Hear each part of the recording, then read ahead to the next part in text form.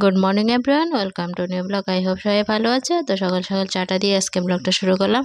চায়ের জল ফুটেছে, চিনি দিলাম, তো চিনি দিয়ে কিছুক্ষণ ফুটিয়েছে। এখন চা পাতা দিয়ে একটুখানি ফুটাবো যাতে করে চায়ের কালারটা আসে ভালো করে। তো চায়ের কালারটা ধরেছে, দেখতেই পাচ্ছ। তো অনেকটাই ফুটেছে চাটা।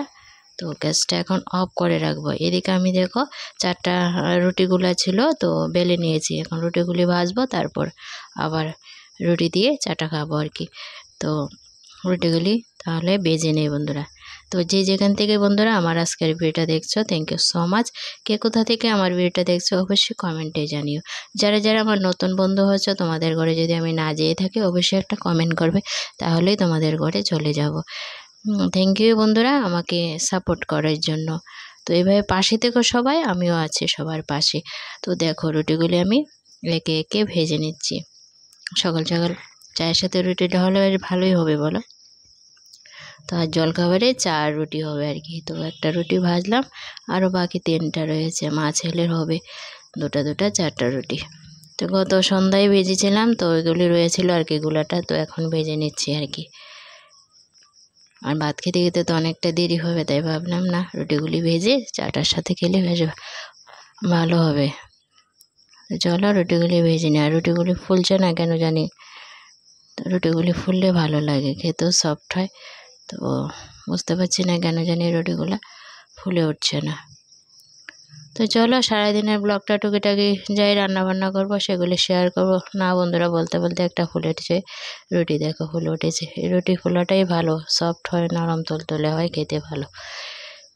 তো কি রান্নাবান্না আর করবো, চলো রান্নাবান্না তেমন নাই আজ, তাও শেয়ার করতে চলে আসছি। যেহেতু রোজকারের ডেইলি ব্লগ তোমাদের সাথে শেয়ার করি, রান্নাবান্না না থাকলেও যাই করি সেগুলি তোমাদের সাথে শেয়ার করি। তো আজও করব, তবে একটা লাইক না দিয়ে থাকলে বন্ধুরা একটা লাইক দিয়ে দেবে। তো দেখো একে একে ভাজা হয়েছে, আর একটা রয়েছে বাকি, ভেজে নিই। তো অবশ্যই বন্ধুরা জানাবে আমার ডেইলি লাইফে ডেইলি ব্লগ তোমাদের সাথে শেয়ার করি যে কেমন লাগে তোমাদের কাছে। ভালো খারাপ যাই লাগে একটা কমেন্ট করো সবাই। তোমাদের লাইক কমেন্ট দেখে আমার ভিডিও করার উৎসাহ জাগে, অনুপ্রেরণা পাই। ভিডিওতে যখন আমি কমেন্ট দেখি খুবই ভালো লাগে, আর রিপ্লাই দিতে তো আরও ভালো লাগে বলো। দূর দূরান্তের প্রান্ত থেকে আমার বন্ধুরা আমার ভিডিও দেখো, কমেন্ট করো, খুবই একটা আনন্দ উৎসাহের ব্যাপার। তাতে করে ভিডিও করার আরও অনুপ্রেরণা পাই আর কি। তো ভিডিও যদিও টাইম না থাকে, ছোট্ট করে হলে তোমাদের সাথে শেয়ার করার চেষ্টা করি। সব কিছু তো আর শেয়ার করা যায় না, রোজ দিন কত রকমের কাজকর্ম থাকে। সব কিছু যদি শেয়ার করি তাহলে বন্ধুরা রান্না খাওয়া করবো কখন? আমাদের সাথে শেয়ার করতে করতে আমার দিন চলে যাবে। যাই হোক বন্ধুরা, দেখো রুটিগুলি ভাজা হয়ে গেছে আমার। চলো এখন চায়ের সাথে খেয়ে নেব।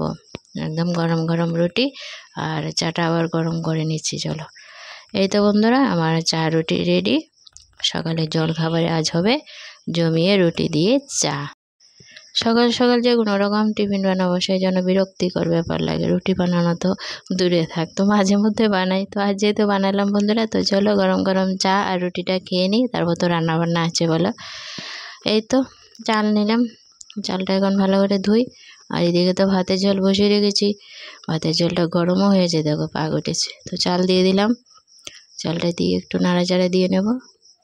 তো আজ রান্না বান্না নেই বন্ধুরা, একদমই নেই, শুধু ডালটা রান্না করলাম। এই যে ডালটা সম্বাদ দিলাম। কেন রান্না নেই বলো?